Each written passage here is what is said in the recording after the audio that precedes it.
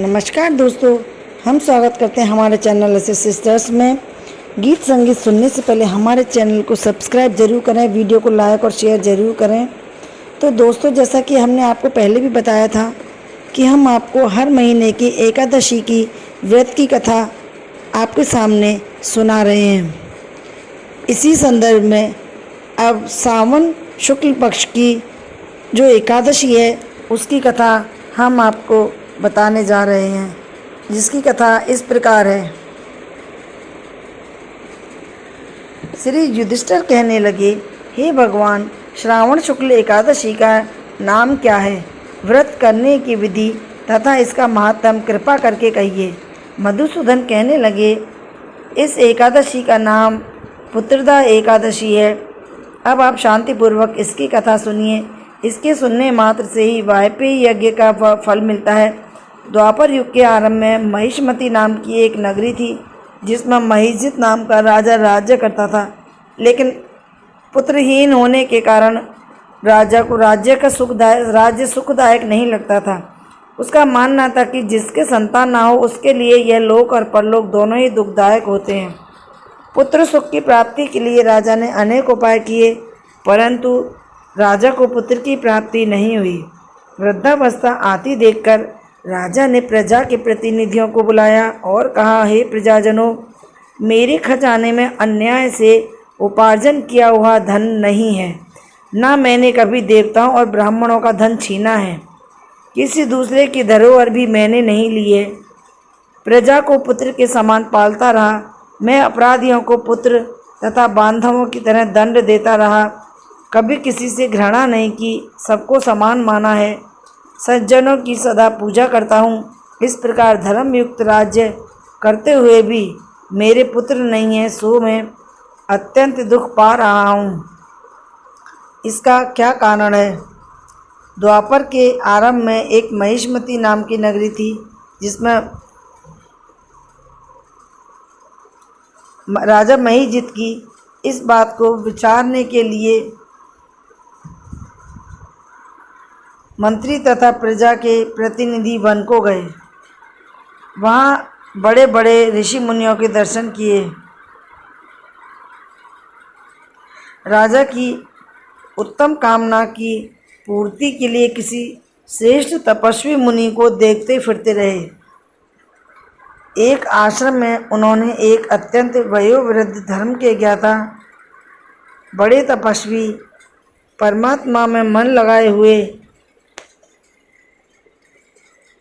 निराहार, जितेंद्रिय, जितात्मा, जित क्रोध, सनातन धर्म के गूढ़ तत्वों को जानने वाले, समस्त शास्त्रों के ज्ञाता महात्मा लोमश मुनि को देखा, जिनका कल्प के व्यतीत होने पर एक रोम गिरता था। सबने जाकर ऋषि को प्रणाम किया। उन लोगों को देखकर मुनि ने पूछा कि आप लोग किस कारण से आए हैं? निसंदेह मैं आप लोगों का हित करूंगा।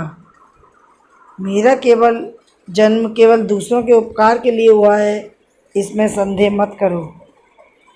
लोमश ऋषि के ऐसे वचन सुनकर सब लोग बोले, हे महर्षि, आप हमारी बात जानने में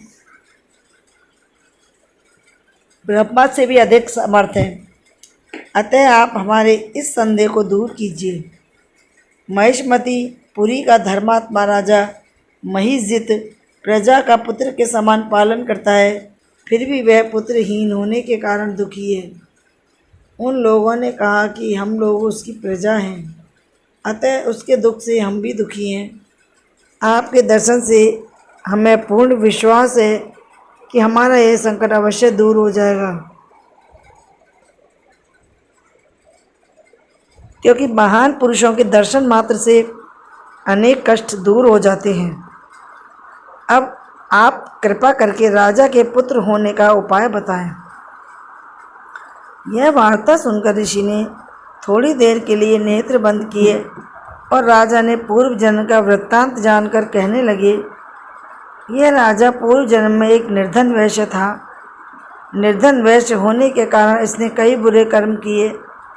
यह एक गांव से दूसरे गांव व्यापार करने जाया करता था।